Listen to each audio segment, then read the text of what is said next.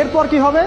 এরপর দাজ্জাল বের হবে। এরপরে যখন ইমাম মাহদী যখন মুসলিমদেরকে নিয়ে বিজয় করবেন, তারপরে বের হবে দাজ্জাল মানুষের বেশে, একজন মানুষের বেশে, কোকড়ানো চুল, চোখগুলো একটা চোখ অন্ধের মতো, আপনার শক্তিশালী দেহ এবং খুবই শক্তিশালী, মানে সে দ্রুত ফ্লাই করতে পারবে, অনেক শক্তি থাকবে তার মধ্যে। এইবার ইসরায়েলের এই ইহুদিদেরকে সাথে নিয়ে বিশ্বের শাসন করতে বেরিয়ে পড়বে। এদের সাথে লড়াই করার ক্ষমতা ইমাম মাহদীর থাকবে না। তখন কি হবে? ওই যে ফেরাউনের শাসন থেকে বাঁচানোর জন্য আল্লাহ পাক যেমন সাগরকে দ্বিখণ্ডিত করে দিলেন না, লাঠির আঘাতে সাগর দ্বিখণ্ডিত হয়ে গেল, ঠিক একই হবে আল্লাহ পাক এই ফেরাউন অর্থাৎ এই দাজ্জালের হাত থেকে এই পৃথিবীকে বাঁচানোর জন্য আসমান থেকে ঈসা আলাইহিস সালামকে পাঠাবে। এবারে ঈসা আলাইহিস সালাম দুইজন ফেরেশতার হাতে কাঁধে ভর দিয়ে কোথায় নামবেন? সিরিয়ায় নামবেন।